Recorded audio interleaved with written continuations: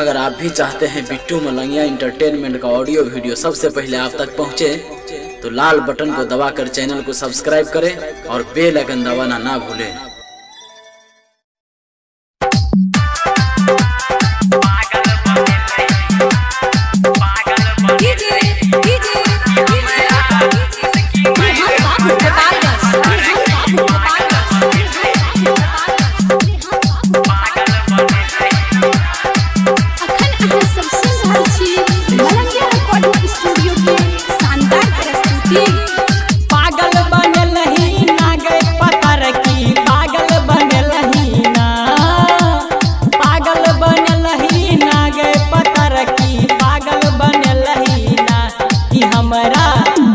हमरा मुस्की मार फसल ही पता रखी पागल बनल ही ना कि हमरा मुस्की मार पटल ही पता रखी पागल बनल ही ना। पागल बनल ही ना गए पता रखी पागल बनल ही ना। पागल बनल ही ना गए पता रखी पागल बनल ही ना कि हमरा मुस्की मार फसल ही पता रखी पागल बनल ही ना कि हमरा मुस्की मार पटल ही पता रखी पागल बनल ही ना।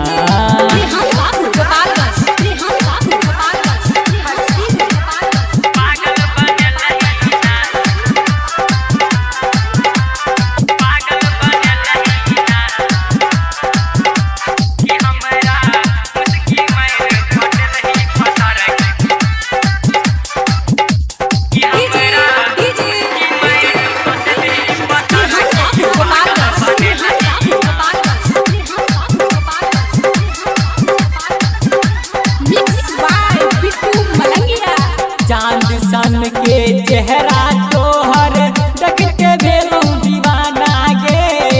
रात दिन हम जगल रहै छी पागल कहे जवाना गे। पागल कहे जवाना गे।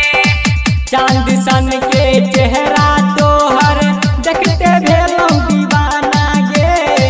रात दिन हम जगल रहै छी पागल कहे जवाना।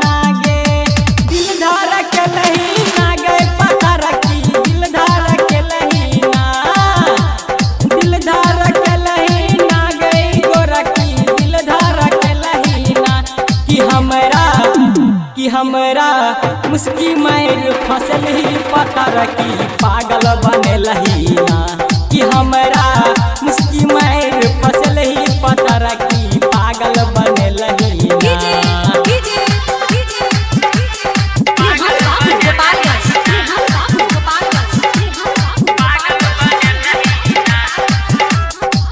कर छै सिंगार जखने धर के हमर दिलवा गे।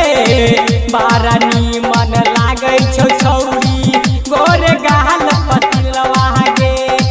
गोरे गाल पतिलवा गे। करै छै सिंगार जखने धर के हमर दिलवा गे। बारा नीमन लागै छौ रानी गोरे गाल पतिलवा गे। मन सन के लही ना गे पता रखी दिल धर के लही ना गे। मन सन के लही ना गे पता रखी दिल धर के लही ना कि मुसकी मर के हमारा फसल ही पता रखी दीवाना बनल ही ना। कि मुसकी मर के हमारा फसल ही पता रखी दीवाना बनल ही ना।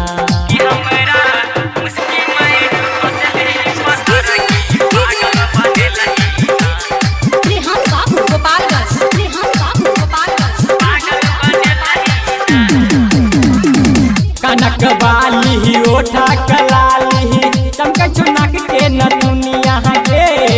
वह देख के भेलौ दीवाना अंजारुल बीरपुरिया गे।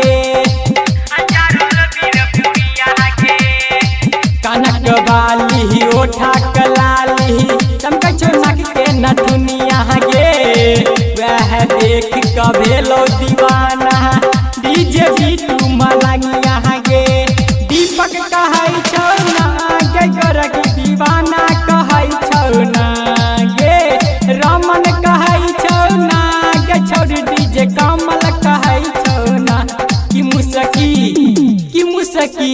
मारे के हमारा फसल ही गे छौरी दीवाना बने लहीना कि मुसकी मारे के हमारा फसल ही गे छौरी दीवाना बने लहीना दीवाना बने लहीना गे पत्थर की दीवाना बने लहीना कि मुसकी मारे के हमारा फसल ही पत्थर की दीवाना बने लहीना कि मुसकी मारे के हमारा फसल ही गे छौरी दीवाना बने लहीना।